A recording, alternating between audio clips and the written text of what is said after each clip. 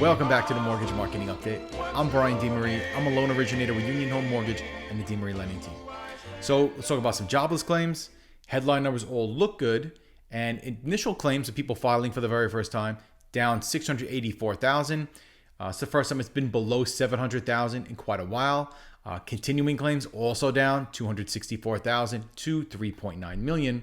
However, when we look at overall claims and we include pandemic unemployment assistance plus the emergency claims, we see that those numbers have actually gone up, and the total claims has gone up 735,000 for the week. So remember, we're watching these numbers because if the buyers don't have jobs, they can't qualify for a mortgage because we cannot use unemployment as a consistent source of income. They do have to be working. One of the other challenges that we run into is that many people are working, but because they're getting their stimulus checks, the amount of money we're qualifying them on can change. So if we're qualifying them on 40 hours of income and we've gotten 4 paychecks in that show that, and now all of a sudden they've shown up to work and the boss says, hey, anybody want to go home for the day or something like that? And maybe the boss says, hey, anybody want to be taken off the schedule for a day or two this week? And they volunteer and they're trying to buy a house at the same time. And when we get their paychecks coming, it looks like they've really only worked 24 hours, 30 hours. That can change the amount of money they can qualify for. So even though they have the stimulus money, if they want to take it easy, they're going to have to continue working at the same levels that we qualified them at, or the deal ends up changing.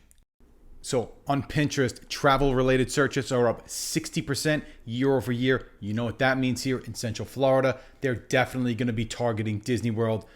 Most people are going to start getting their vaccines. I know that I got my first shot today here.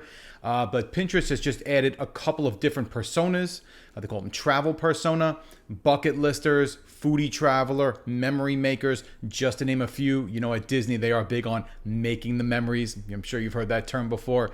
But all of these have been added into Pinterest ads platform. And just like Facebook's detail targeting, we can use these little market segmenters to change our audience type, change our audience size. You can't exactly narrow down to Orlando in the Disney market, but there's a lot of folks that are going to come to Florida no matter what. It's super cold up north. I don't know if you can see this up here, but I got a couple of identifiers that I put in here. It took me less than 5 minutes to build the ad. Hard part's probably the graphic design, but you know, with Canva, we can do anything. When you come across a buyer that's going to need a mortgage, easiest way to get that info over to us is just text us over their name and number. You can do a 3-way text introducing us that way. We call that the white glove handoff. If you want your buyer to fill out an online application, that is the fastest 0 to 60 time for us to get them to a pre-approval.